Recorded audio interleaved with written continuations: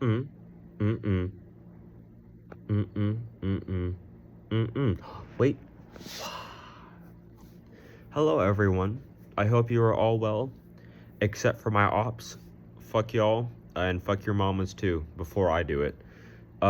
So today's album of the day is a little bit interesting because a lot of the other ones I've been doing are kind of more on the obscure side or on the niche side. Like, name one person that's heard of the band Cold Water Flat. Uh, I don't know anyone who knows that band. They're not even on Spotify. The album I rated has like 6 ratings or something on Rate Your Music.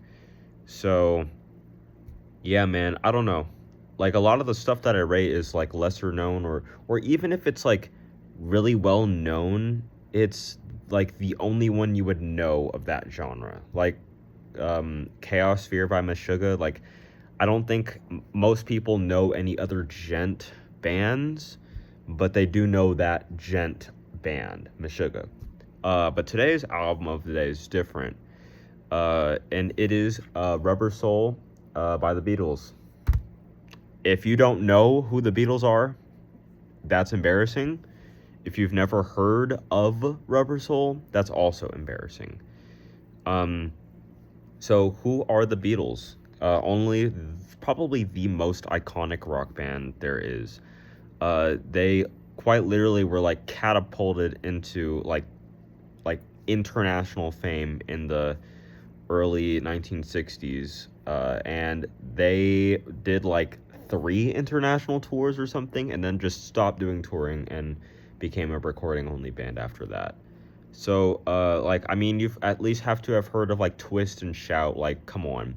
But they put out 2 albums. Um, I think I have like a spider bite. I don't know if that's a spider bite, but there's like 2 little marks on it, and it's been itching all day. Anyways, um, so their first album, Please Please Me, and then With the Beatles, and then actually I think there was a third one before they got all studio and everything. But yeah, basically they were really really famous, and they stopped doing touring because like genuinely they couldn't even hear themselves over people screaming. The Beatles were so iconic that I don't really think there is another band that captures the essence of being in a band better than the Beatles. I mean, you know who John Lennon is. You've heard that name. You've heard jokes about killing John Lennon. Um, you know who Paul McCartney is. You've got to have at least heard of Ringo Starr and heard of George Harrison. But yeah, those are the only members of the Beatles throughout basically the entirety of their career. Unless we're talking like way before like their debut album, that kind of thing, right? Um, but I think Rubber Soul is a pretty important album in terms of like pop rock music, because not only did they really like exemplify like a specific sound that a lot of bands were copying, they did it really well. I mean, here are some songs that you might have heard before. You might have heard Girl or some covers of Girl. You might have heard Michelle, In My Life, If I Needed Someone, and Norwegian Wood. This bird has flown. So those are some pretty like well-known Beatles songs to begin with, but the entire album to me is a pretty good album. It's like it's kind of like the pinnacle of 1965, really, because this was the album right before Revolver, which Revolver is like the really weird one. So the Beatles had like an arc, right? They had like a pop rock, like it's called beat. They had like a beat music era, like 1962 until 1964.